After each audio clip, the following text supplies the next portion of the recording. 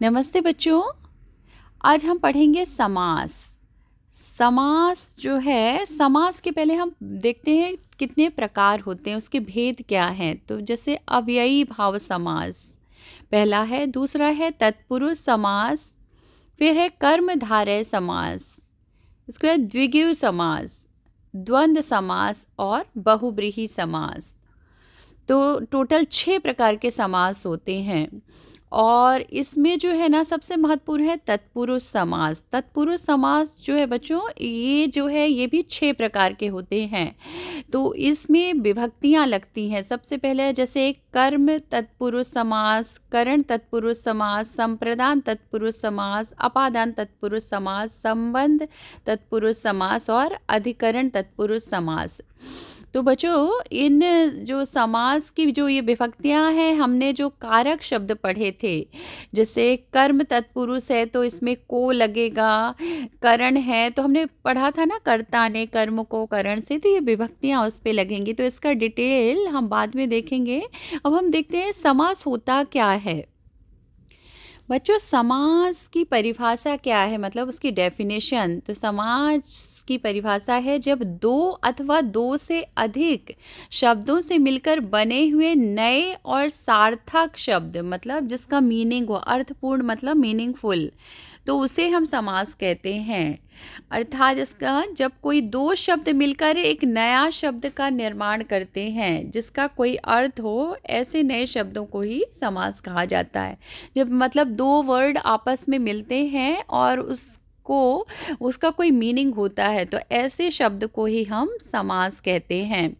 अब हम जैसे एक एग्जाम्पल से समझते हैं। जैसे प्रायः क्या होता है, समाज की रचना में दो पद होते हैं। जैसे घुड़सवार, तो इसका जब हम विग्रह करते हैं घोड़े का सवार, तो और जब हम ये विग्रह यानी का जो हमने बोला था ना, विभक्तियां जो बीच की है, जैसे ये का हटा देंगे तो वो दो शब्द घुड़ और सवार, घोड़े और सवार दोनों को एक साथ मिलाएंगे तो घुड़सवार बनेगा। पहला पद जो होता है बच्चों, वो से हम पूर्व पद कहते हैं। यानी कि जो पहला शब्द आएगा वो पूर्व पद कहलाएगा, और जो लास्ट का होगा, जैसे पहला पद घोड़े या दूसरा है सवार, तो ये उत्तर पद होगा। उत्तर मतलब लास्ट में। साथ ही समास पद या समस्त पद, हम समास पद को समस्त पद भी बोलते हैं, बनने पर दो शब्दों को विभक्त करने वाली जो विभक्तियां हैं, ऐसे शब्दों को अलग करते हैं। तो इन दोनों शब्दों को अलग करने के लिए जो यूज़ होता है उन्हें हम विभक्तियां कहते हैं। जैसे का, के, की, ये जो हमने कारक शब्द पढ़े हैं, उन कारक विभक्तियों के द्वारा समास पदों को अलग किया जाता है।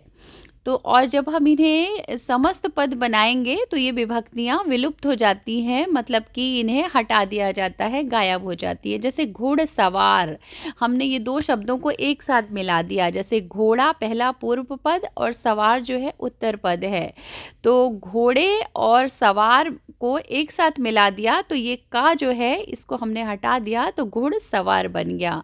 तो इस तरह से ये एक नया पद बन गया। अब समास शब्द घुड़सवार बनने पर विभक्ति का विलोप हो गया, यानी कि विलुप्त हो गई है। तो अब बच्चों, अब हम इसमें ज़्यादा आज हम ना कुछ एग्जाम्पल लेंगे। तत्पुरुष समास, जैसे कि हमने बताया ना, तत्पुरुष समास में विभक्तियां लगती हैं 6, जैसे द्वितीया तृतीया तत्पुरुष, इस तरह से जैसे कर्ता ने कर्म को करण से संप्रदान के लिए, इस तरह से हमने पढ़ा है जो विभक्तियां, उसे लगाकर तत्पुरुष समास बनता है।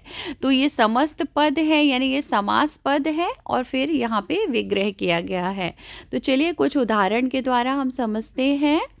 तो जैसे पहला जो है समास परलोक गमन, तो जब हम इसका विग्रह करेंगे ना, सेपरेट करेंगे, तो यहाँ पे विभक्ति ऐड हो जाएगी, परलोक को गमन, तो यहाँ पे को विभक्ति लग जाएगी।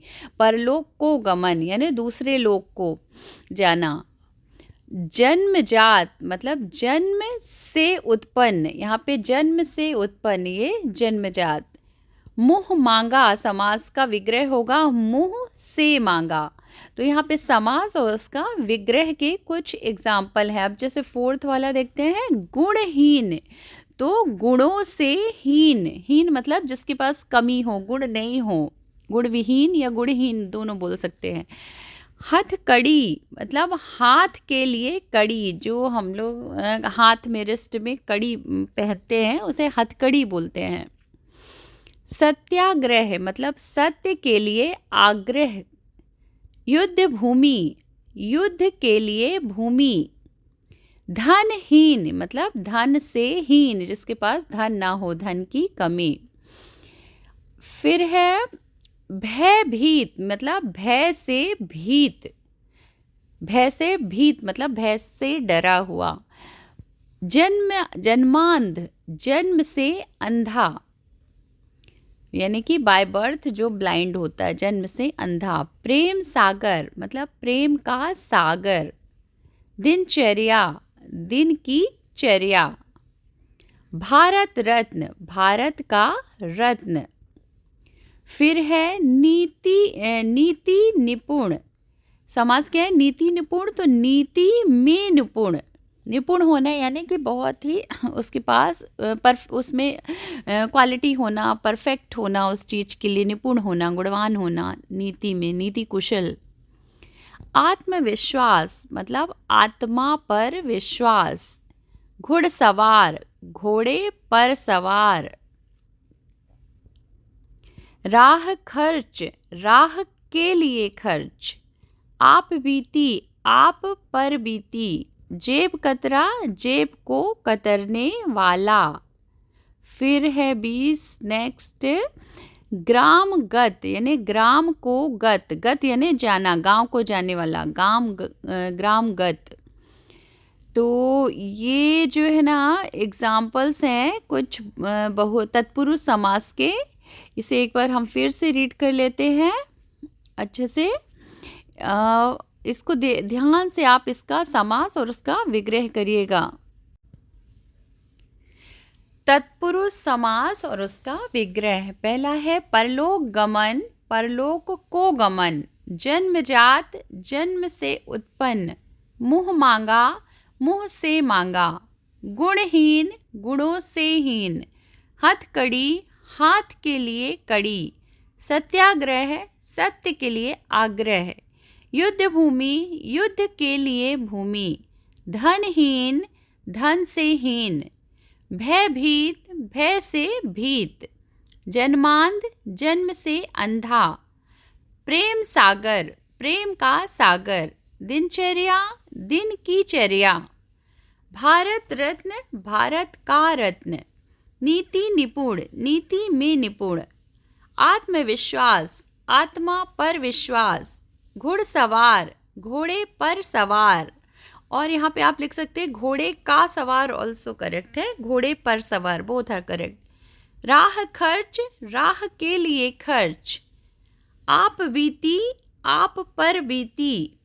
जेब कतरा जेब को कतरने वाला। ग्राम गत ग्राम को गत। तो ये तत्पुरुष समास के कुछ उदाहरण हैं जो समस्त पद मतलब कि समस्त पद को हम समास पद भी बोलते हैं, समास पद और उसका विग्रह है।